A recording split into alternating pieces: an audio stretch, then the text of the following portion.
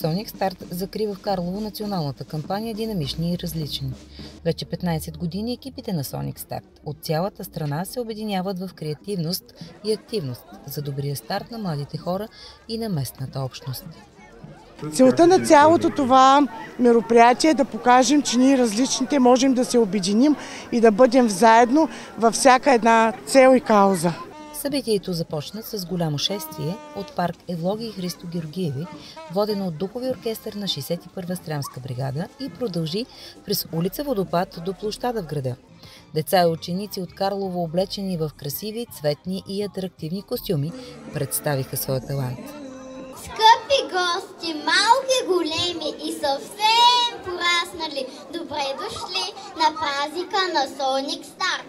Ние, децата от детска градина Гина Кунчева, ще представим любимите приказни герои, които си припомняте с любимите приказки, четейки ги на своите малчугани.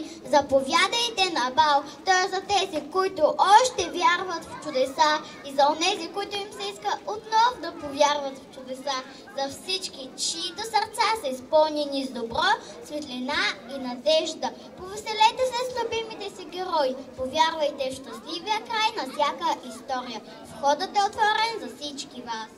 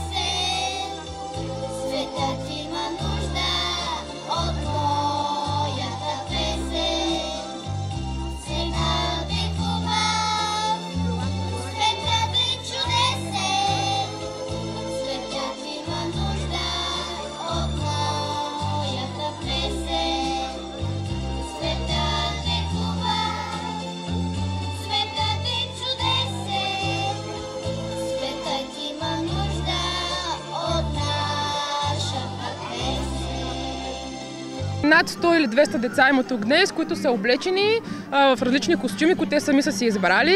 Самоинициативно пожелаха да участват. Има групи от детските градини в Карлово, от училищата, има групи от различни доброволци, които са се маскирали, има родители, учители и още много хора.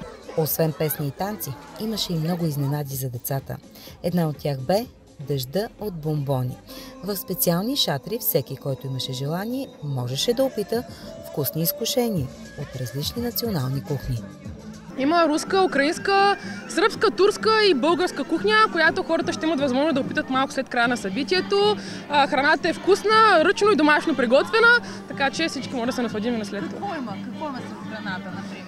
Има руски специалитети, има турска баклава, има български, разбира се, национални ястия, има питка, има баница, има от всичко по много, плодове, зеленчуци, всичко, което може да питаме след това. Когато човек обича да работи и бъде толерантен и знае каква е главната цел, хората да са щастливи и повече усмихнати, работата се преодолява. Посланието, което отправи Соник Старт, е да мечтаете да бъдете силни и заедно, здрави и усмихнати.